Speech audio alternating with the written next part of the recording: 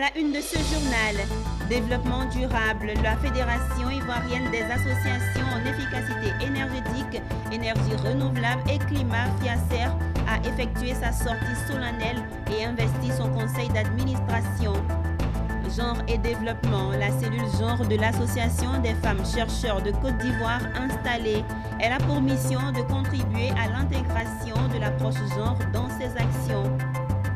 À Couto, la célébration de la fête des mères avec la première dame de Côte d'Ivoire, Dominique Ouattara, a tenu ses promesses.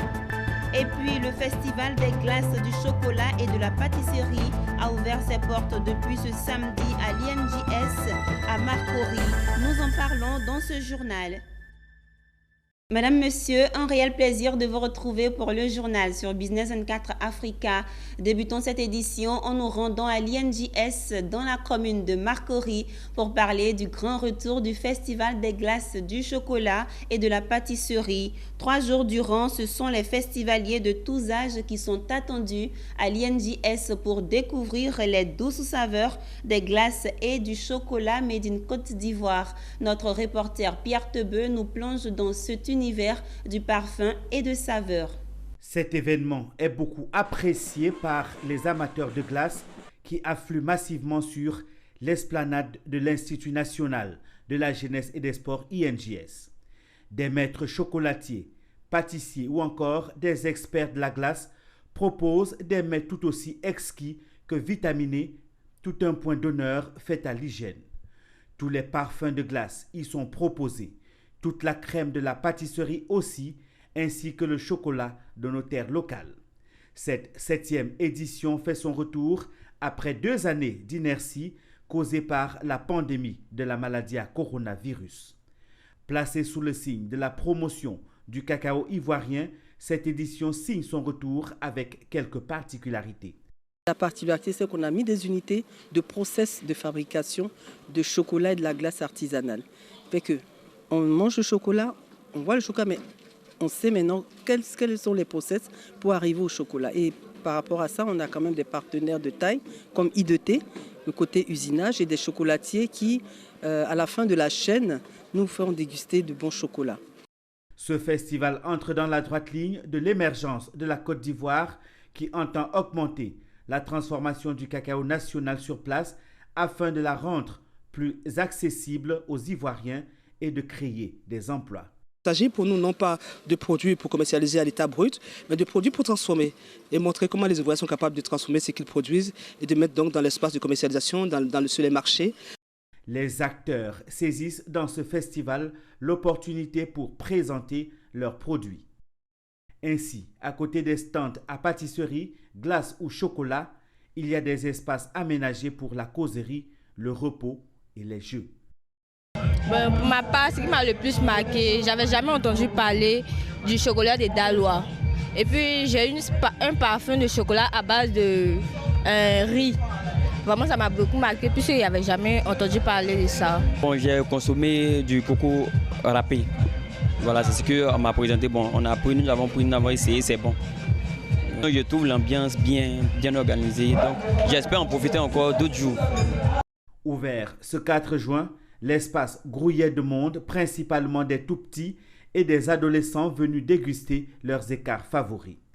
Festival des glaces, chocolat et pâtisserie d'Abidjan appelé Festiglace se tient du 4 au 6 juin à l'esplanade de l'INJS. Eh bien, poursuivons notre édition dans le secteur du développement durable.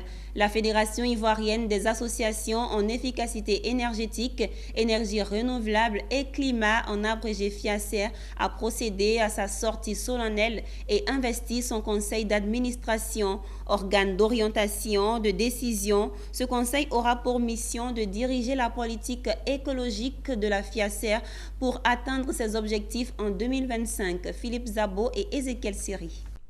Présentation à l'assistance, puis prise d'engagement des 15 membres du conseil d'administration.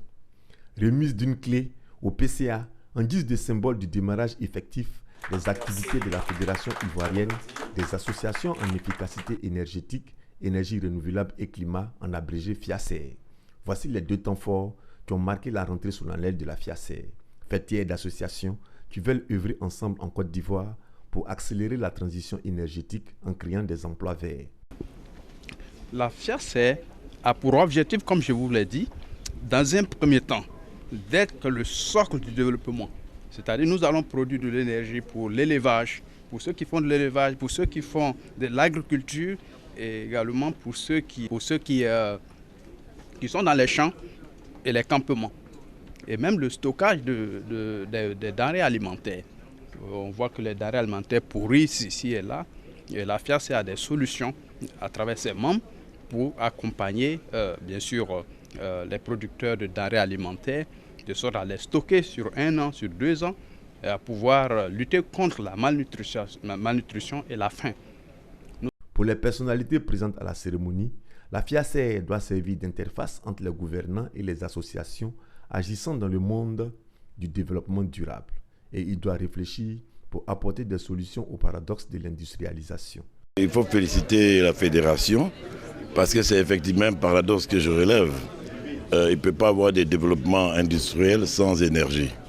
Or aujourd'hui, de plus en plus, il y a question de produire une énergie propre, une énergie qui ne peut pas polluer l'atmosphère. Donc il s'agit d'énergie renouvelable. Une voie commune pour toutes les problématiques qui concernent en tout cas la promotion des énergies renouvelables et surtout l'efficacité énergétique. Nous pensons que le gouvernement aura dorénavant à s'adresser à une seule porte plutôt que d'avoir plusieurs structures. Le GIZ, représentant la coopération allemande et maire de la FIACER, accompagnera son nouveau-né dans sa croissance. Dans le cadre de notre mission, le projet entend appuyer la fédération à travers le renforcement des capacités managériales et techniques des dirigeants d'entreprise. La Fédération ivoirienne des associations en efficacité énergétique, énergie renouvelable et climat est le rassemblement de 3 associations, la UNR, la PERSI et le Green Cluster. Il comprend 110 PMU. L'Association des femmes chercheurs de Côte d'Ivoire, en abrégé AFEM-CCI, a désormais une cellule genre en son sein. Installée le vendredi à Cocody, cette cellule genre aura pour mission de contribuer à l'intégration de l'approche genre dans le fonctionnement et les actions de l'AFEM-CCI, mais aussi dans le milieu de la recherche en Côte d'Ivoire. La cérémonie d'installation a eu lieu en présence de la représentante du ministère de la Femme, de la Famille et de l'Enfant, Konena Nourgo et Tima Traoré. Elles sont 11 femmes composant la cellule genre de l'Association des femmes chercheurs de Côte d'Ivoire AFEMCI. Installée ce vendredi matin par le ministère de la Femme, de la Famille et de l'Enfant, cette cellule genre vise à veiller au respect de l'égalité et de l'équité sociale au sein de l'association et dans le milieu de la recherche en Côte d'Ivoire.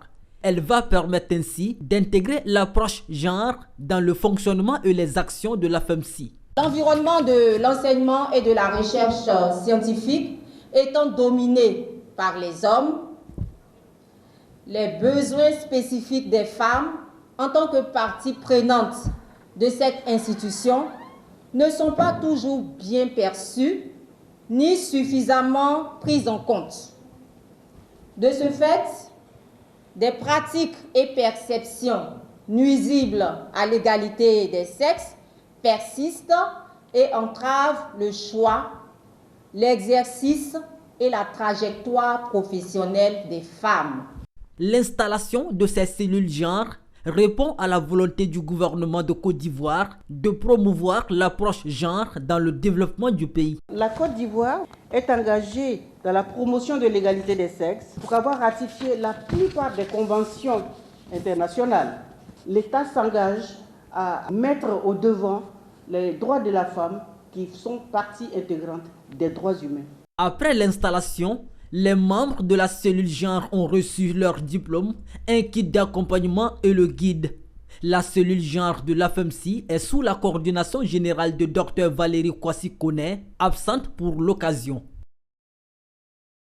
On ne finira pas de célébrer les mamans, surtout quand c'est la première dame Dominique Ouattara qui décide de les accompagner. La première dame de Côte d'Ivoire était récemment dans la région de la Bagoué, plus précisément à Kouto, dans le nord du pays, pour une cérémonie d'hommage aux femmes à l'occasion de la fête des mères. Le reportage est signé Jean-Yves Coléa et commenté par Doris Bessé. La première dame de Côte d'Ivoire, Dominique Ouattara, célèbre la fête des mères avec les femmes de la région de la Bagoué à Kouto, à 718 km d'Abidjan, au nord du pays. Occasion pour Dominique Ouattara de cadoter les femmes, mais aussi et surtout de poursuivre son vaste programme de soutien à l'entrepreneuriat féminin à travers le FAFSI. Une cérémonie marquée par des dons en numéraire et en matériel de tout genre en vue de l'autonomisation des femmes. De quoi réjouir l'autorité politique régionale et bénéficiaire. Maman Dominique, merci pour tout ce que tu fais. Aujourd'hui, j'arrive à m'occuper de ma famille, d'aider mon mari grâce à vous. Dominique Ouattara n'a pas manqué de dire sa satisfaction quant au bon fonctionnement du FAFSI.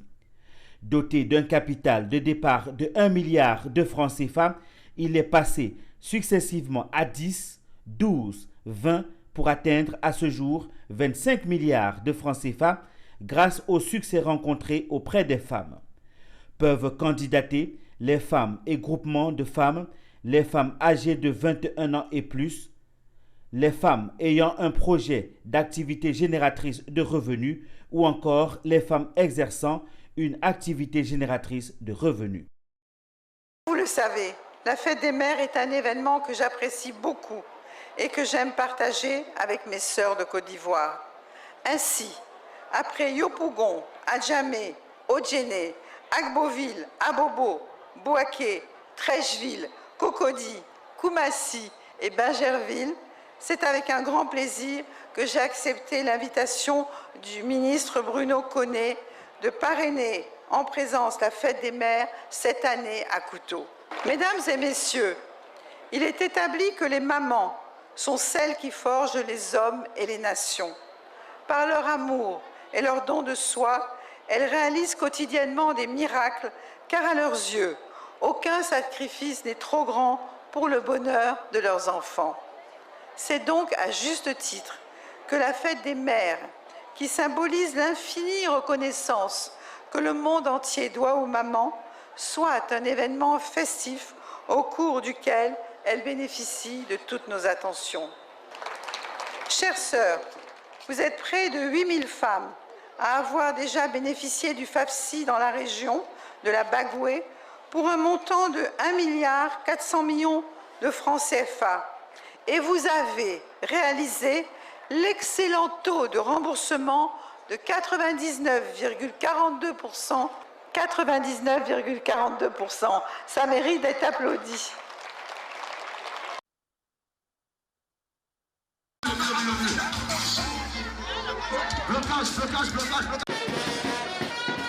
Cela fait 10 ans que la première dame de Côte d'Ivoire, Dominique Ouattara, est engagée au service des femmes ivoiriennes à travers le Fonds d'appui aux femmes de Côte d'Ivoire, FAFSI, créé en juillet 2012. Doté d'un capital de 25 milliards de francs CFA, il a permis à 300 000 femmes d'être autonomes ou encore plus de 2 millions de personnes de sortir de la pauvreté. Ouvrons une page santé à présent dans ce journal. La première promotion d'orthophonistes formés en Côte d'Ivoire a vu le jour. C'était à l'Institut national de formation des agents de santé INFAS à Abidjan, Trècheville, où ils étaient 16 apprenants à recevoir leur diplôme. Un projet rendu possible grâce à l'Association professionnelle des orthophonistes en Côte d'Ivoire, en abrégé l'APOCI, accompagné par l'Université Alassane Ouattara et l'INFAS. La petite famille des orthophonistes vient de s'agrandir avec ses 16 nouveaux spécialistes tout droit sortis de l'Institut national de formation des agents de santé, INFAST. Formés en Côte d'Ivoire pendant 3 ans, c'est une première pour le pays où les spécialistes en cette discipline se comptent du bout des doigts. Spécialité paramédicale et qui est encore récente, l'orthophonie est un traitement qui vise à prévenir, à évaluer et à rééduquer les troubles du langage et de la communication. Son champ d'action est très vaste. Il intervient chez l'enfant atteint d'autisme comme chez l'adulte pour une rééducation après un accident vasculaire cérébral. Et les enseignants orthophonistes de Côte d'Ivoire et de l'international. C'est une grande joie pour nous d'être diplômés Alors, il faut retenir que l'orthophonie est une discipline paramédicale, donc une discipline spécialiste, qui va prendre en charge tout ce qui est trouble de la communication, du langage, que ce soit chez l'enfant comme chez l'adulte. Pour le professeur Indaz Mélanine, directrice générale de l'INFAS, c'est un ouf de soulagement de voir la liste des orthophonistes en Côte d'Ivoire s'étoffer grâce à cette nouvelle cohorte. Elle a félicité le ministère de la Santé, de l'hygiène publique et de la couverture maladie universelle, dont l'accompagnement permet la pratique du métier d'orthophoniste au sein de la santé publique. Non seulement il a été très prompt et il a permis qu'on puisse ouvrir donc la filière cette année au public et de permettre donc de la faire en formation initiale. La contribution de l'INFAS a été donc certes de proposer des locaux, de contribuer aux enseignements avec tous les partenaires et surtout de signer les conventions qui ont permis donc de... Cette première promotion d'orthophonistes marque le début du développement de la discipline en Côte d'Ivoire. La rareté des orthophonistes dans le pays, dont la totalité était formée en France et au Togo, ont conduit à la création de l'Association des professionnels orthophonistes de Côte d'Ivoire, APOSI, en octobre 2016. C'était un reportage signé Walter Kofi et Augustin Kra. La ville de Mans va accueillir du 23 au 26 juin prochain la 3e édition du Festival des 18 montagnes. L'annonce a été faite par son commissaire général au cours d'une conférence de presse tenue au Musée national et des civilisations dans la commune du Plateau. 350 artistes venant de 7 pays du continent africain sont attendus à ce festival. Cette initiative est née de la volonté de participer à la sauvegarde et à la promotion d'expressions artistiques traditionnelles. Le récit de Issa Badini. Le temps est donné. Le festival des 18 montagnes se tiendra du 23 au 26 juin dans la ville montagneuse de Mans. Dédié aux arts traditionnels et sacrés, il permettra ce festival de valoriser, promouvoir et protéger le patrimoine culturel africain. On voulait donner plus d'ouverture et faire de Mans la plus grande plateforme de rencontres culturelles en Côte d'Ivoire. C'est vrai que c'est à l'intérieur du pays, mais c'est un challenge qui est possible. On a tout ce qu'il faut pour pouvoir installer un festival international. On voulait aussi créer une grande plateforme de discussion et d'échange entre pays, mais à Mans et localement. Parce que ce n'est pas simplement les artistes internationaux qui sont invités ou des masques ou des danses internationaux. Il y a nos voisins de la Côte d'Ivoire, c'est-à-dire du sud à l'est, au nord. Et il y a tout le district des montagnes aussi. Projet de développement local, le Festival des 18 montagnes est une opportunité de rapprochement des peuples. C'est une programmation riche et diversifiée qui se déroulera durant 3 jours de festivités. Au menu, des masques et danses traditionnelles, des concerts, des contes et légendes, ainsi qu'un forum et un bootcamp sur l'entrepreneuriat créatif et culturel. Ismaël Diop a indiqué qu'une semaine avant le festival, 20 jeunes seront formés à l'entrepreneuriat et seront suivis par des mentors. Il y aura également un colloque qui portera sur l'entrepreneuriat culturel, la recherche de financement, le patrimoine culturel et la cohésion sociale. Ouvert sur les autres régions de Côte d'Ivoire, il faut souligner que 350 artistes provenant de 7 pays africains fouleront les sols manois.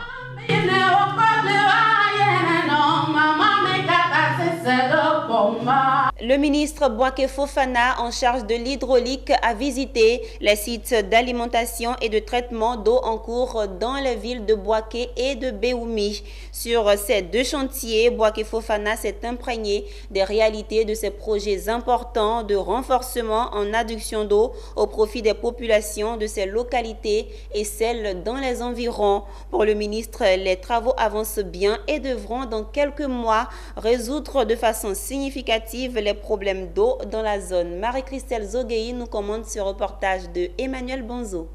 C'est une visite terrain qui a conduit successivement le ministre Bouaké Fofana à la station de prise d'eau sur le fleuve Bandamant à Béoumi et au chantier de construction de la nouvelle usine de traitement d'eau de la Loca dans la localité d'Angoua Yaokro, non loin de Bouaké.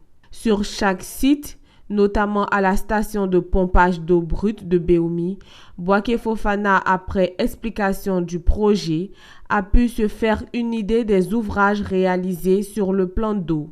C'est impressionnant, le dispositif de pompage fixé dans les profondeurs du fleuve Bandama qu'a pu visiter le ministre de l'Hydraulique, de l'Assainissement et de la Salubrité. Du côté du lac Loka et de son usine de traitement d'eau, Bouaké Fofana a eu droit au même exercice. Là aussi, les travaux avancent bien, avec l'installation en cours d'importants équipements pour mettre fin aux problèmes d'eau dans la région et ses environs. De Bouaké et ses environs. C'est un projet structurant démarré par le gouvernement il y a quelques années, dont l'objectif est de sécuriser la ville de Bouaké et ses environs en matière d'eau potable. Donc j'ai commencé la journée par visiter la source d'où va venir l'eau qui va desservir Bouaké. Parce que vous le savez, Bouaké était desservi avant par le lac qui est à côté, la Loka. On a connu un incident en 2018 où le lac s'est asséché, donc on a eu de graves problèmes d'eau à Bouaké. Le gouvernement donc a souhaité régler le problème à la base en sécurisant d'abord la source d'eau. Donc c'est pour cela qu'on est allé dans le Bandama à Kossou, à Béoumi.